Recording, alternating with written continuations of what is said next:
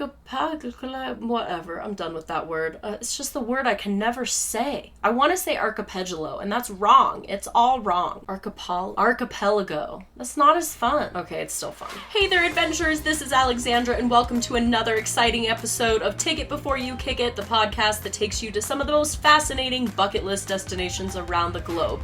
And today we are going to do just that and go to the stunning wonders of the tiny islands of Fiji. It has pristine beaches, crystal clear waters, and lush landscapes, as well as vibrant traditions. It is more than just a vacation spot. It is a destination that should be on everyone's bucket list. So in this episode, we will talk all about Fiji, the cultures, the beaches, the things to do, and if it's worth the price tag. So sit back, relax, and let's transport together to the stunning islands of Fiji.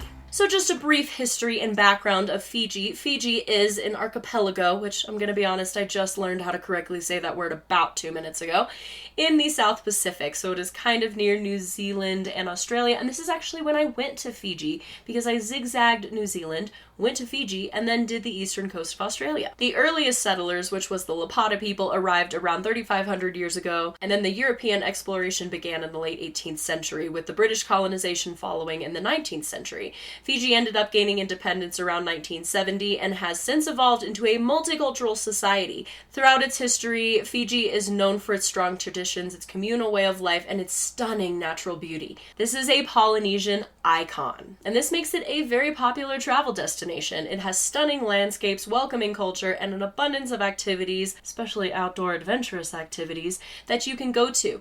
They are known primarily for their pristine, white, powdery, sugared beaches, which I can definitely confirm this. I actually said once I got to Fiji, there was like muddy water like we get here in the mountains of Colorado, then there was like blue water that you get in some lakes, and there was like really blue water, there was crystal clear blue water, then there was like blue aqua water, and then there was Fiji water. I have never seen water like this. Seriously, it is deep blue. Sometimes you get that little teal blue in beaches, but this was deep blue in the actual open water. It was stunning. Also, they have some vibrant coral reefs that surround the island and offer some of the best snorkeling and diving experiences in the world. Another thing that I have to mention, the Fijians are probably the most cheerful and hospitable, almost playful, I would say, people that I have ever met on my travels. Obviously, I've met amazing people everywhere, but Fiji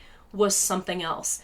They were like children in the best way possible. They were just so full of life and just all over and just everywhere you go, bula, bula, bula. Like, I will never forget how welcoming and warm these people are. Love them. It was great. They just make their visitors feel like this is your island home. It's just a blend of cultural festivities, traditional dancing, delicious local cuisine, and you're just so immersed in Fiji. Now, they do have some budget-friendly options, but most of the things are going to be pretty luxurious, I am not gonna lie. So whether you're seeking adventure, cultural immersion, or simply just a serene getaway, Fiji's unique charm, it's just irresistible. So I, as I said, ended up going to Fiji, and just a little bit about what I did. This is a very luxurious destination, and I was a broke, adventuring, backpacking college student. So I ended up doing the cheapest tour I could possibly find around this little group of islands called the Yasawa Islands. And I went to the mainland and immediately just stayed in this gorgeous resort. Now, we were traveling with a group. It was pretty young people, and we shared most of the accommodations. The mainland, the place where we stayed was so cool, and I remember it because they would do these night dives, and there was this swing that was in between two palm trees, and I would just gently rock on this swing and just watch the night divers go down and all their lights underneath the water. It was, I don't know why that was so fun for me, but we just played games. We did a yoga class. We went to another island that was a little bit off of the mainland and just enjoyed this magical tropical atmosphere. Now, I'm going to be honest, at this point, I think that I preferred Bali, and I still love Bali with all of my heart.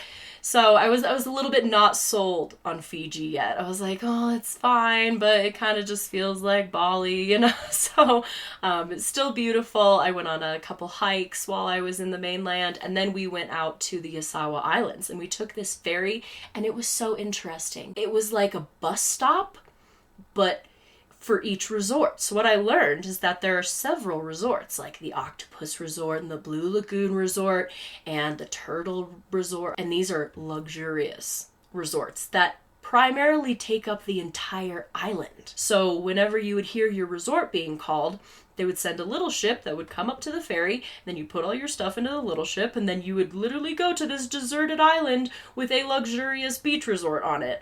Are you drooling? Like, I'm drooling just thinking about it. And that ride out was so magnificent. It was great to see all of what Fiji had to offer. And as I said, I was on a little bit of a cheaper tour, so we stayed in the shared version of these accommodations, but we actually resort hopped a little bit, and I'm so glad that I did it this way. I didn't know that I should have done it this way, but it was just a happy accident. And each resort we stayed at, again, it was kind of like a communal camp style, like we were just all in the same room, which honestly I didn't mind, but each one of these resorts was pristine. I don't think I ate a meal that wasn't on the beach and I couldn't put my toes in the sand while I was eating the food, like the entire time I was there. I got severely spoiled. I'll never be able to eat dinner the same way again, so Fiji has, in a way, ruined me. And there were so many things that I did on these islands that you can basically go anywhere in Fiji, but keep in mind that I was in the Yasawa Islands. I do have an entire article, as always, for you. And I have 9 unmissable things to do in the Yasawa Islands, Fiji, for your bucket list, where I go into 9 things to do. So let's just go over it slightly, but if you want the written version, definitely make sure to go over to the website and check it out. So the first thing that we did, we went to these caves, and the biggest one that we went to was the Sawailau cave, and this is a limestone formation cave with crystal clear turquoise water, and you actually swim in it. And I am a sucker for swimming in caves. I love exploring caves, but extra bonus points if I can swim in it. And there was actually an upper cave and a lower cave. In the lower cave, you kind of had to swim underneath of the water through the cave to get to it.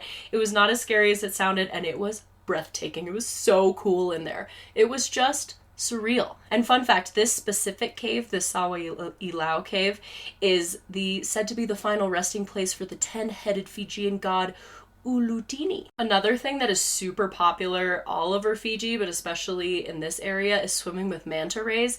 I didn't get to go this time, but I did do it in the Komodo Islands.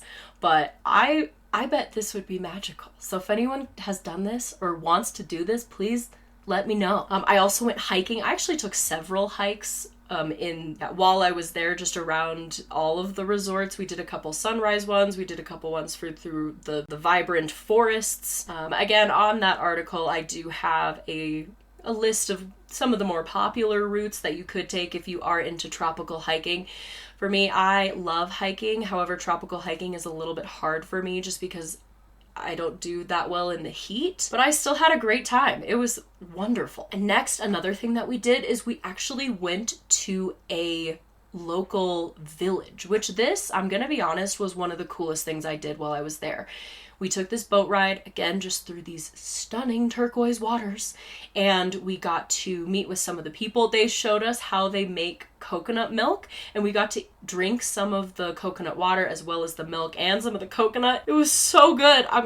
My mouth is watering. I just want a fresh coconut. Yeah, it was so nice. And then we got to go into the village. We saw their church, we saw their houses, we saw their school, and it was just such an amazing opportunity to really immerse yourself in this Fijian culture. And as I said before, these people are amazing. These people are so warm, so friendly, and you could just tell they wanted you to be there. Like, sometimes I've gone on these little immersion trips and it kind of feels like a tourist thing to do. Like, they see like 7 groups of the same people, but they were truly interested in what we had to say and who we were, and I was truly interested in their lives, and I was just so grateful to them for opening their home to us. It was wonderful. Another thing culturally that you can do, which I guarantee you're gonna do, is drinking kava. Now please note that this is a depressant, so do not combine with anything else, and just please be careful.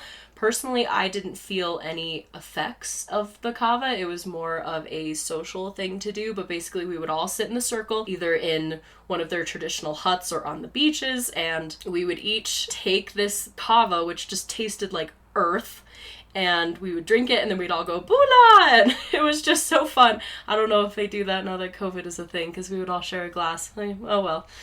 Pre-COVID times were great, weren't they? You could just sit in a circle and share a drink. It was great. And then this is normally followed by singing, dancing, some entertainment. Another thing that's great to do is learning some of the phrases. You will hear bula everywhere. Like, people will just come up to you and be like, bula. It actually translates into life or good health, but it's used as a greeting or just everything. They say bula for everything. And since these people are so nice, they will teach you all the Fijian words that you will want to know, and they will have the patience until you learn them. Or another thing, go to a lovo feast. Oh my gosh, my stomach was not even ready for this. But basically what they do, it's similar to kind of like a luau in Hawaii, but they will dig a pit into the ground with hot coals, and then everything from vegetables, meat, or other Fiji goodies, sometimes in banana leaves, and then they'll put them underneath the ground and then cover them with soil, banana leaves, or potato sack, and just leave it for hours. And the meat is so tender, and it's just cooked to perfection. It just melts off of your mouth, and you're eating all of this, and you're looking out, and there's just this gorgeous blue water and a Fijian sunset. What more can you ask for, really? Luckily, they do these in pretty much every single resort that we went to. We only got to do one of them. However, I noticed that they were offered at pretty much every single one. So if you are interested in doing this, you could just go to whatever resort you're staying at. Now, also, we need to talk about the snorkeling and the scuba diving. For those of you who don't know, I'm a traveling mermaid. Quite literally. You can go to my website, thebucketlessmermaid.com, and literally see the pictures. I have a tail and everything, so I have to love scuba diving. My parents even got married underwater. And unfortunately, there's coral bleaching in a lot of the sites that I've been in. Reefs are dying, and it's breaking my heart. But Fiji, for some reason, was like some of the best underwater ecosystems I've seen in the world. I have heard good things about Palau and the Philippines, just on a side note. However, me personally, Fiji was it. And unfortunately, they know it too, because they will charge you up the wazoo for a diving trip here. However, some of the resorts that I went to just provided you with free snorkel gear, and you could just go take it out and just walk off the beach. And when I first did it, they were like, oh yeah, here it is. I was like, do I need to take a boat? And they said, no, just walk off the beach. And I just let out this exasperated sigh, because I was like, no, please.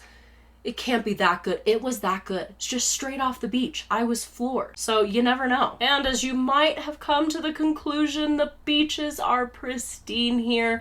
So if you do want a full list of all the best beaches, specifically in the Yasawa Islands where I was, there's so many beaches all around Fiji. Literally just throw a rock and you'll land on a tropical paradise here. But if you want a good list in the Yasawa Islands, that is also on that article. Another story of something that I did in Fiji, which this is so funny, but I went sunset tubing with champagne. This is so niche, and when they told me about it, they're like, yeah, you want to go on a sunset tubing cruise with champagne? I just thought, yeah, sure, I'll go on that. But here's the thing. A couple months previously to this, I had ear surgery on the outer ear in Vietnam. I'm going to do another episode on it. It's going to be a hard one to do. It's probably my craziest travel story. But anyway, I could not get my ear wet for 3 months. I definitely broke this rule. But in this case, I just said, okay, I'm going to try it. So there's this picture of me, which I will link in the show notes, of me in a tube in Fiji. It was kind of raining, drinking champagne with like this plastic bag over my head, you know, and it just makes me think of all these like travel influencers who have these like stunning travel photography, and I aspire to be like that, but as hard as I try, I'm always gonna have the picture of me in a bright yellow life jacket tubing at sunset in Fiji with a trash bag over my head. You know, that's real life, people. That's real travel. That's adventure. And lastly, if you do think of the Polynesian culture, they do have those iconic fire twirling shows. These are at almost every single resort, so they can organize this for you if you would like to see it. So as you can see, there are so many things that you can do in Fiji, and all of them are just the ideal vacation. And I do mean vacation, like it's beautiful. But also, take it before you kick it. We're not a vacation podcast, we're a traveling podcast, so we gotta talk about some adventurous things. And there's just so much rich culture here, so please, I would definitely encourage you to really get to know Fiji people instead of just like always relaxing on a beach, you know? So what time should you visit Fiji? I personally went in September. There were a few rainstorms here and there. If you do go to those show notes and check out that infamous picture of me tubing in the trash bag, that was during kind of like a rainy day, so it's not super vibrant, so you will get a little bit of that. That was actually at the end of the peak season. The peak travel season runs from June to September, and this coincides with Fiji's winter. So during this time, it's dry, the temperatures are comfortable. It's normally around 79 to 86 degrees Fahrenheit, which is about 26 to 30 degrees Celsius, making it just ideal for all of the outdoor activities that you can go do in Fiji. Alternatively, if you do go in the off-peak season in like November to April-ish, this is characterized by a warmer, more wet climate and occasional tropical rain showers. But this is kind of nice because you won't get as many tourists, and often you'll get better deals on accommodation and activities, which I'm gonna be honest, Fiji is not the cheapest place to travel to. So you might want to. However, despite the rain, there are still sunny days in the summer. And if you do go during that time, the scenery is going to just be lush and vibrant due to all that rain. So basically, whatever time you choose to visit Fiji, its natural beauty and welcoming culture just is going to give you an unforgettable experience, no matter what you do. I have heard all this thing like, what do you pack? What should I bring?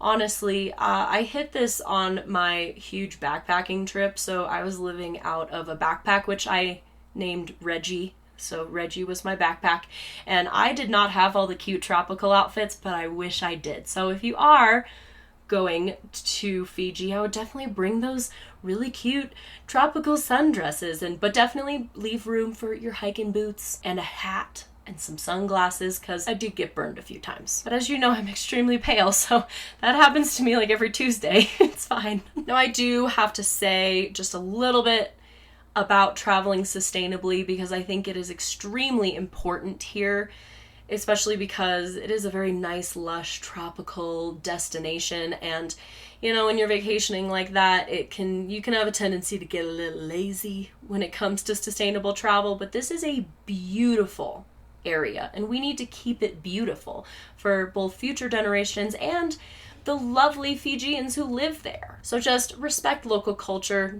dress modestly when visiting the villages and participating in local customs like the Kava ceremony. Always ask permission before taking pictures of people, and reduce plastic use. The diving is pristine and the snorkeling is pristine. And if I see one plastic bottle or anything in that water, my mermaid tail is gonna come after these people. So don't do it. You can also support local businesses, really just support the economy there.